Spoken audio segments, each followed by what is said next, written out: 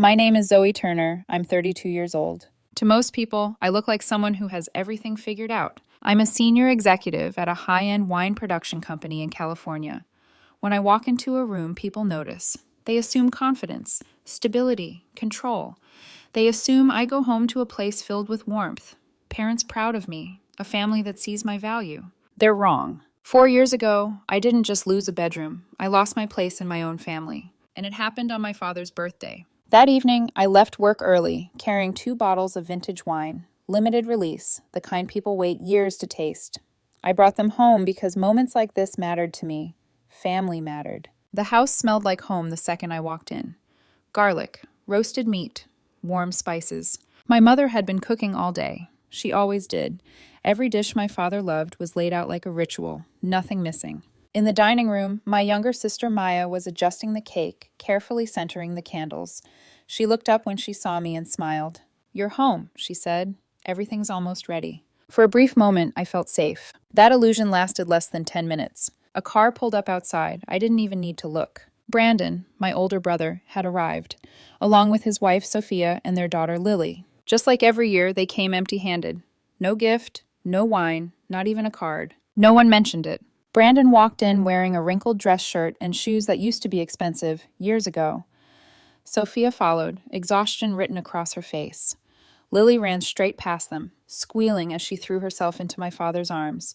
The house filled with laughter. Glasses were raised, candles were lit. I stood there watching my family, genuinely believing that no matter how hard life became outside those walls, this was where I belonged. I was wrong. Midway through the celebration, Brandon cleared his throat. "Dad," he said casually, "have you talked to Zoe yet?" The room stilled. My father hesitated. I frowned. "Talk to me about what?" Brandon smiled like he was sharing good news.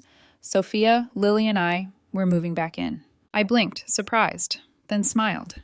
"That's great. More family, more noise, more life." I didn't see a problem. Sophia did. She turned to me, her voice smooth and matter-of-fact. "Zoe, we'll need your room for Lily." I laughed softly, thinking it was a joke.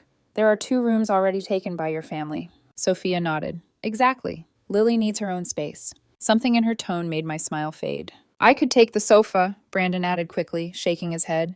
"No, that won't work. Sophia and I need privacy." I stared at them. "So, you want me on the couch?"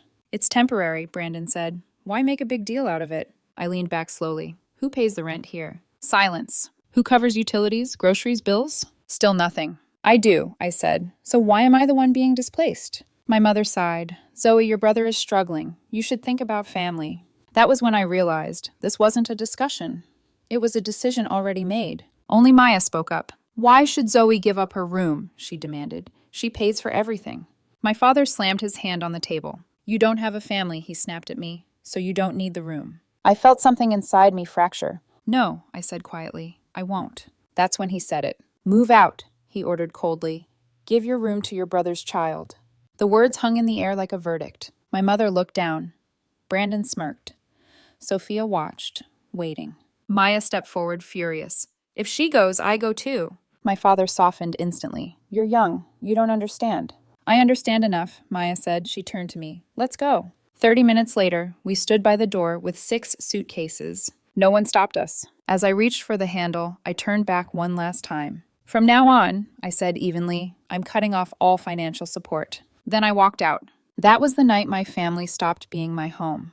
The hotel room smelled like stale detergent and artificial lavender, one of those places that tries too hard to feel comforting, but only reminds you you're not supposed to be there long. I stood under the shower for so long my skin turned pink.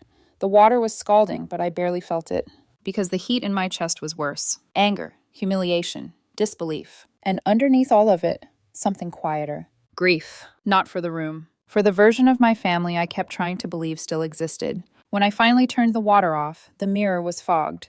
I wiped a circle clear with my palm and stared at my reflection like I was trying to recognize myself. I looked the same, but something in me had moved, like a bone slipping out of place. A rapid knock hit the door. "Zoe," Maya's voice, tight, worried. I opened it and found her standing in the hallway with her hair still messy from rushing around. Her eyes were locked on mine like she was searching for cracks. "Are you okay?" she asked. I forced a smile. Small, practiced. "I'm fine, just thinking." Maya didn't buy it. She stepped inside anyway. shutting the door behind her. "You don't have to pretend with me," she said quietly now. "Not tonight." I let out a breath that sounded like a laugh, but it wasn't. "You shouldn't have come with me." She blinked. "Excuse me?" "I mean it." I leaned against the dresser, still damp, towel around my waist. "You didn't have to throw yourself into the fire." Maya's jaw tightened. "Zoe, they threw you out like you were nothing." Her voice cracked on that last word, and that was what hit me. Not my father's command. Not Brandon's smug face. Not Sophia's cold certainty. It was my little sister's pain, because she'd watched it happen and couldn't stop it. I reached out and lightly pulled her into a hug. She stood stiff for half a second, then collapsed into it like she'd been holding her breath for hours. "I'm sorry," I murmured into her hair. "For what?" she whispered. "For believing they'd ever see me. For thinking love could be earned with money." But I didn't say that. Instead, I said, "Thank you." She pulled back, her eyes shining. "I should be thanking you." I frowned. "For what?" "For everything," she said simply, like it was obvious. "You've been holding this family up on your back, and they don't even—" She stopped herself, swallowing hard. "They don't deserve you." Those words hit like a match to gasoline. Because she was right, and I'd spent years refusing to admit it. I sat on the edge of the bed. Maya stayed standing, arms crossed, trying to hold herself together the way I usually did. My phone vibrated. A message from my mother. I didn't open it. Then it vibrated again, and again, like guilt had turned into a ringtone. I silenced it and turned the screen face down. Maya watched me carefully. "Are they already calling?" I nodded once. She didn't look surprised, just tired. I stared at the carpet, the pattern blurring, as memories rose up like they'd been waiting in the dark for permission. 3 years ago, that's when it started. Back then, my parents had a house. Not fancy, but theirs. My father used to brag about it like it was proof he'd won at life. Then Brandon came to them with an opportunity. A business venture, high returns, low risk, he promised. And because he was their golden child, they believed him. They mortgaged their home for him. Signade paperwork they didn't understand because they trusted their son. And Brandon did what Brandon always did. He gambled. And he lost. The business collapsed. Investors vanished. Debt swallowed everything. And suddenly my parents didn't have a house anymore. They didn't have savings either. They had nothing. So they came to me. Not because they missed me. Not because they valued me. But because I was the responsible one. The reliable one. The one who would fix it. I rented a 4-bedroom house for $2,500 a month so we could all live together. I covered utilities, another $500, groceries, around $1,500.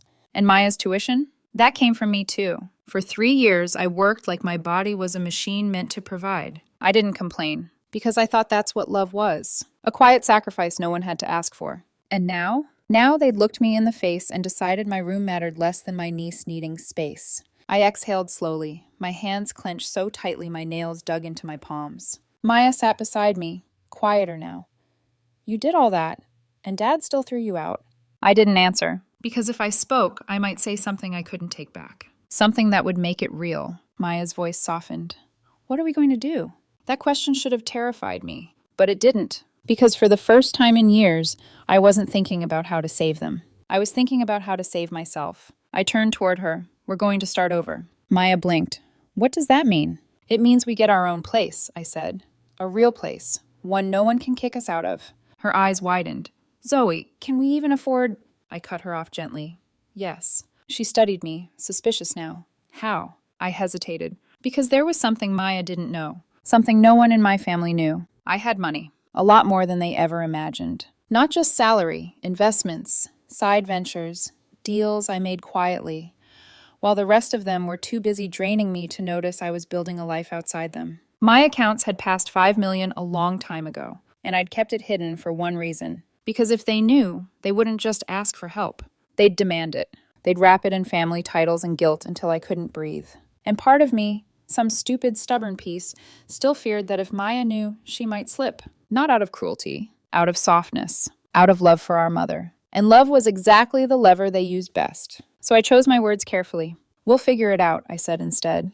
"You trust me?" Maya's gaze held mine for a long moment. Then she nodded. "With my life." That hit me harder than any scream my father had thrown at me. Because for the first time, I wasn't alone. I looked away quickly, blinking faster than I needed to. "Okay," I said, voice steadier now. "Tomorrow we start looking." Maya let out a small breath that sounded like relief. "Tomorrow." I stood, walked to the window, and stared out at the parking lot. Cars passing, people going somewhere, living lives that didn't revolve around being used. And as I watched the headlights blur into long streaks, I made myself a promise. They threw me out. Fine. But I would never again let them pull me back in. Not with tears. Not with apologies. Not even with blood. Because blood didn't stop them from calling me disposable. And deep down I knew this wasn't over. Not even close. They'd run out of money. And when they did, they'd come hunting for me. And next time, I wouldn't be the one begging to belong. 2 weeks later, my life looked calm on the surface. Too calm. Mornings at work were seamless. Meetings, tastings, contracts signed with firm handshakes and polite smiles. People still saw me as composed, unshaken, in control. They had no idea that every night, when I came home, I replayed that birthday over and over like a scene I couldn't fast forward through. The way my father's voice hardened. The way my brother didn't even pretend to argue. The way my mother stayed silent. And the way I walked out without looking back, terrified that if I did, I might break. I spent those 2 weeks apartment hunting. Correction, house hunting. I didn't want thin walls. I didn't want shared hallways. I didn't want anything that felt temporary. I wanted something solid. Something no one could take from me with a sentence and a raised voice. That's how I ended up standing in front of a quiet property just outside Napa. 4 bedrooms, a private garden, tall windows, clean lines. Not extravagant, but unmistakably mine. The asking price was $650,000. I didn't blink. The paperwork took longer than the decision. When I brought Maya to see it, she stopped dead at the front gate. Her eyes slowly traveled up the house, then back to me. "Zoe," she said carefully, "did you rob a bank?" I smiled and unlocked the door. "Relax. The company provided it." She followed me inside, disbelief written all over her face. "The company provided a house?" she echoed. I shrugged. Perks of senior management. Maya narrowed her eyes immediately. "That's one hell of a perk." I didn't answer. I just walked toward the back window, looking out at the garden, pretending I was fascinated by the sunlight on the grass. Because lying to Maya felt wrong, but telling her the truth felt dangerous. She deserved honesty, but my family didn't deserve access. And I wasn't sure those two things could coexist. Maya didn't push it further, but I could feel her watching me. Not suspicious, just curious. Still trusting. That trust was everything to me. For a few weeks, life was quiet. Peaceful even. Until the storm came looking for a door it could still knock on. I came home late one evening to find Maya standing in the hallway, phone clutched in her hand, her face pale. "It's bad," she said immediately. My stomach dropped. "What happened?" "They can't reach you," she said. "So now they're calling me." She turned the screen toward me. Over 100 missed calls. Dad, Mom, Brandon, Sophia. My jaw tightened. "They won't stop," Maya continued, voice shaking. "I told them you were busy, that you didn't want to talk. I hung up, but they just keep calling." She swallowed hard. I couldn't bring myself to block them. I took the phone from her hand. It started vibrating again instantly. "Brandon," I answered. "Speak," I said flatly. The explosion on the other end was immediate. "You ungrateful, selfish bitch!" Brandon screamed. "Do you have any idea what you've done?" I tilted my head, oddly calm. "Explain." "You cut us off. Do you know how hard things are right now?" I laughed. A cold, humorless sound. "And whose fault is that?" There was a pause, just long enough for him to realize I wasn't going to fold. "You're my sister," he snapped. "It's your responsibility to help me." "No," I said quietly. "That responsibility ended when you watched Dad throw me out and said nothing." "You have money," he yelled. "You have a good life while we're drowning." "That's because I learned to swim," I replied. "You just learned how to drag people down with you."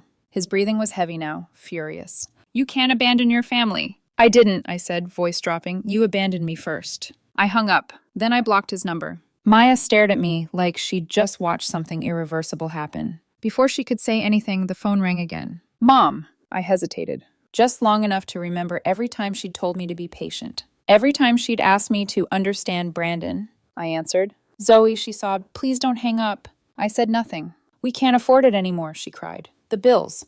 They're piling up." I leaned back against the wall, eyes on the ceiling. "And?" I asked. There was a pause. Then, softer, more desperate.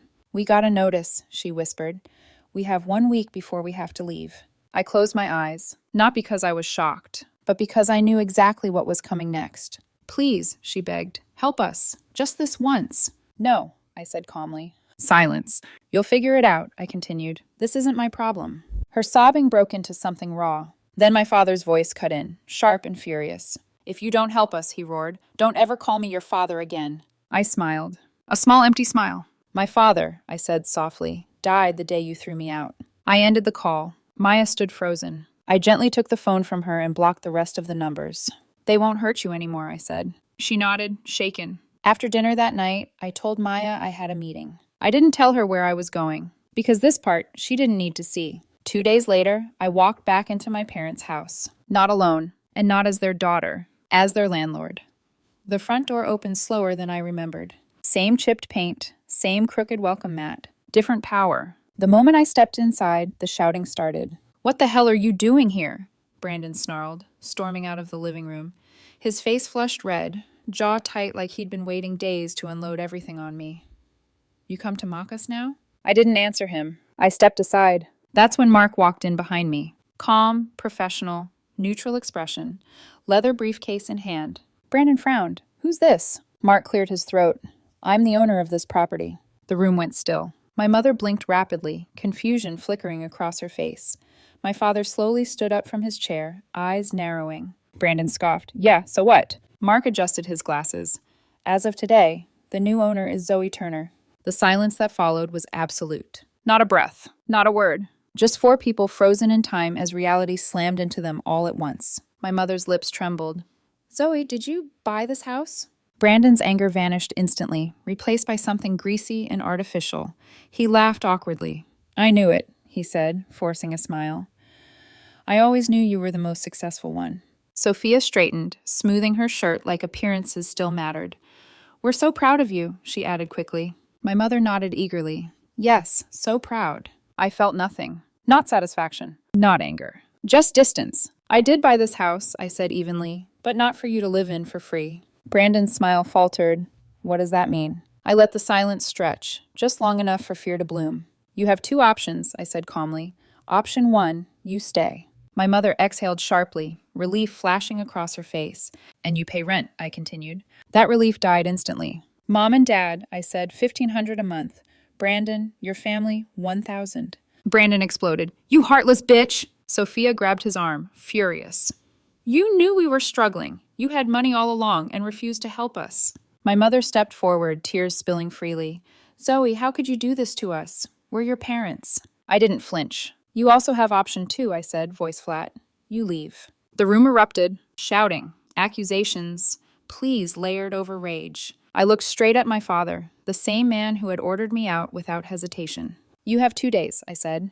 "If I don't have an answer by then, I'll involve the police." I turned and walked away. Maya followed me silently. Behind us, Mark shook his head slowly, then stepped out as well. The door closed, and with it, the last illusion of who held control. That night, I remembered why I hadn't bought the house earlier, when Mark first mentioned selling it. Because if I'd owned it back then, they would have clung to me forever. Responsibility disguised as blood. But now they had a choice, and I had peace. The next afternoon, my phone buzzed. A message from Maya. "They agreed to rent. They're asking if you can lower the price." I smiled, typed back. Not a cent less, and not a day late. I set my phone down. For the first time in my life, I wasn't reacting. I was deciding. It's strange how quickly roles can reverse. One signature, one decision, and suddenly, the people who once looked down on you are carefully choosing their words. They paid the rent. On time. Every month. I didn't celebrate it. I didn't even check my account with satisfaction. I treated it like weather, something that existed whether I liked it or not. Life moved forward, quietly. Years passed. 4 of them. I stayed in the same city. So did they. But we lived in different worlds. They were my tenants. Nothing more. I never visited, never called, never checked in. If something broke, they contacted the property manager. If rent was late by even a few hours, I received an apology text filled with words they'd never once used on me before. Respect. Or fear. Sometimes it's hard to tell the difference. The only person I saw regularly was Maya. She worked hard, studied harder, and on a bright spring morning, she graduated college, top of her class. That was the day I saw them again. I arrived early, bouquet in hand, white flowers, simple, clean. As I scanned the hall, I spotted them instantly. They looked smaller. My father's hair had gone almost completely gray. His posture was bent in a way I didn't remember. My mother was thinner, lines carved deep into her face like worry had finally collected its debt. Brandon looked tired, really tired. Sophia no longer wore arrogance like armor, just exhaustion. When they saw me, they froze. My mother's hand flew to her mouth as tears spilled instantly. Zoe. I nodded politely. Not warmly, not coldly, like someone acknowledging a stranger. Brandon cleared his throat. It's been a long time. Yes, I said, nothing more. My mother stepped forward, shaking. I'm sorry, she whispered. We were wrong, all of us. My father lowered his head. I was wrong. The words were there. Late, heavy, useless. I know I hurt you, Brandon said quietly. I don't expect forgiveness. I just want you to know. I regret it. I studied them. Not with anger, with clarity. These were the same people who watched me be erased without blinking. Time had changed them, but it hadn't changed what happened. It's too late, I said calmly. My mother sobbed. I didn't stay to watch it. I'm here for Maya, I said, turning away. Today is her day. Maya met my eyes. She understood immediately. I handed her the bouquet. Congratulations, I'm proud of you. She smiled, bright, full, real, and hugged me. Behind us, the past stood silent. And for once, it stayed there. Maybe you think I was cruel. A daughter who made her parents pay rent. A sister who forced her brother to struggle. From the outside, it looks like revenge. But here's what no one knows. Not them. Not even Maya. I never spent a single dollar of that rent on myself. Every month, the money my parents paid went directly toward 2 comprehensive health insurance policies. One in my mother's name, one in my father's. They'll never know why they were approved so easily. They'll never know who paid.